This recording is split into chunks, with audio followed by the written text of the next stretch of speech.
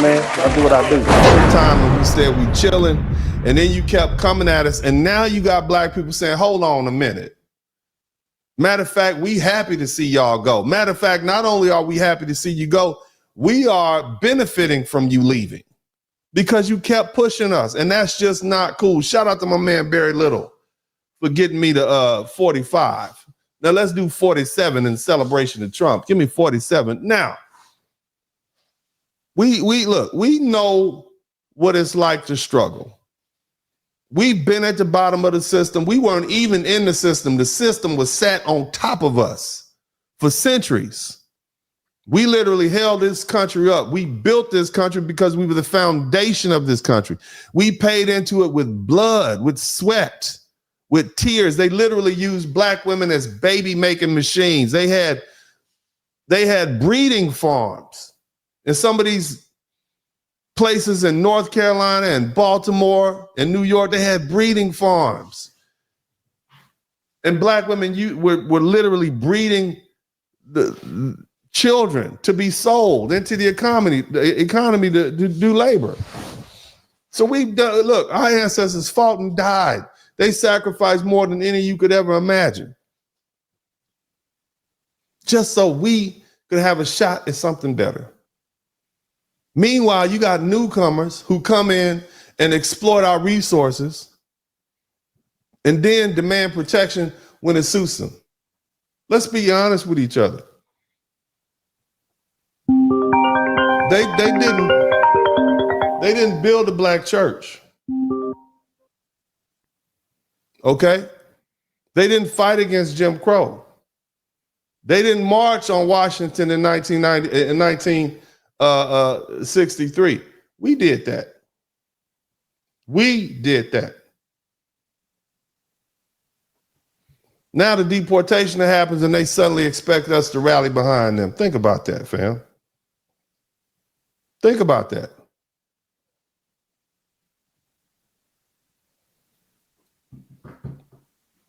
Where was the solidarity when black Americans were being pushed out of jobs and out of neighborhoods and out of our business? Where was the solidarity when immigrant-owned stores set up shop in our black communities and refused to hire us? Where was the solidarity when these Hispanic gangs in Los Angeles were shooting and killing unarmed, innocent black folks who were just trying to live in their neighborhoods where they had been for generations? Where was the solidarity when we were left to fend for ourselves in a system designed to keep us at the bottom? Let me tell you something about illegal immigration. Even Mexican-American leaders understood that illegal immigration was a problem. Let's talk about the real history of illegal immigration or immigration and labor in this country. Julio Cesar Chavez, one of the greatest Mexican-American leaders and labor organizers, he stood firmly against illegal immigration. That's right. Chavez knew that undocumented illegal workers were used to drive down wages and hurt American workers and undermine our labor rights. In 1974, 50 years ago, Chavez led a protest against illegal immigration, arguing that businesses were exploiting undocumented workers to weaken unions and cut wages for legal workers. And he called them strike breakers. And he fought against their use in agriculture. See, this is why they don't bring him up. That's one of their greatest leaders. They rather bring Dr. Martin Luther King, because when you start digging into what their own leader said, he was a labor leader, he contradicts the foolishness that they're doing right now. And the reason is he saw firsthand how business owners collaborated with illegal immigrants to undercut the wages of hardworking Americans. This includes Black, Latino, and white American laborers. Chavez, in his wisdom, knew that the unchecked immigration wasn't just an issue of legality. It was an issue of economic survival, the same thing I'm talking to you right now about. We see the same pattern today. Business owners love illegal immigration because it gives them a cheap, exploitable labor force And guess who suffers? Well, they pocket the money. They still charge you the same price. They're not going to reduce the price because they're getting the labor to you. They still pocket it.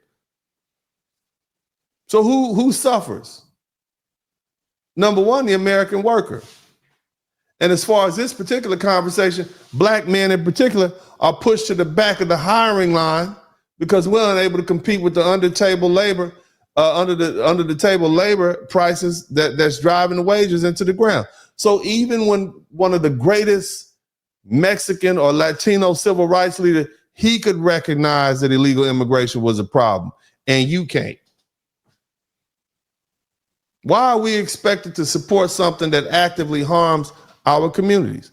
Look, we have 45 super chats. Get me to 50, because I know ain't nary one of y'all know who Julio Cesar Chavez was. And everybody on the internet should be using that in their response when people talk about these illegal immigrants up here being sent home and working here without their papers. But here's the thing. Let's expose one of the greatest lies in this entire debate. The best argument that illegal immigrants can put forward is that they're doing the jobs that Americans won't do. I want you to think about just how un-American that is. I want you to think about that. Think about what they're really saying about Americans. They're saying Americans are lazy or too lazy to work hard. That's what they're saying. And that's an insult hidden in their so-called defense.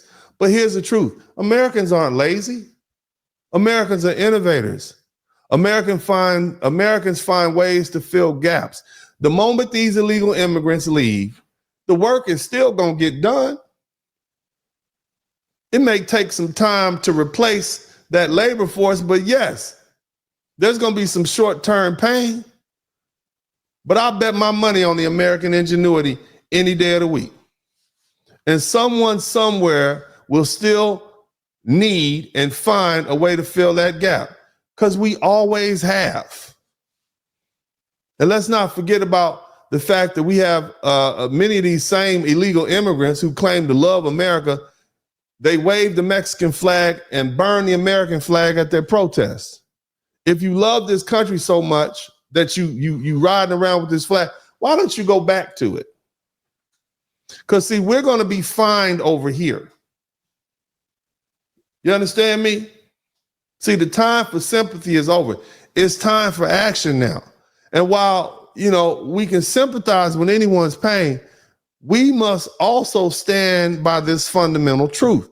You don't get to break the law and then demand justice when it catches up to you.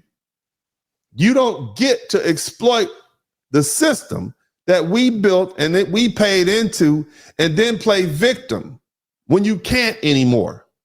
You don't get to displace Black workers and then ask for our support to help you continue to exploit Black workers. See, this country belongs to those who built it, who paid into it, and who upheld its laws and defended it. And that's us. So let's stand firm. Let's prioritize our families, our communities, and our future. And this time for sympathy is over.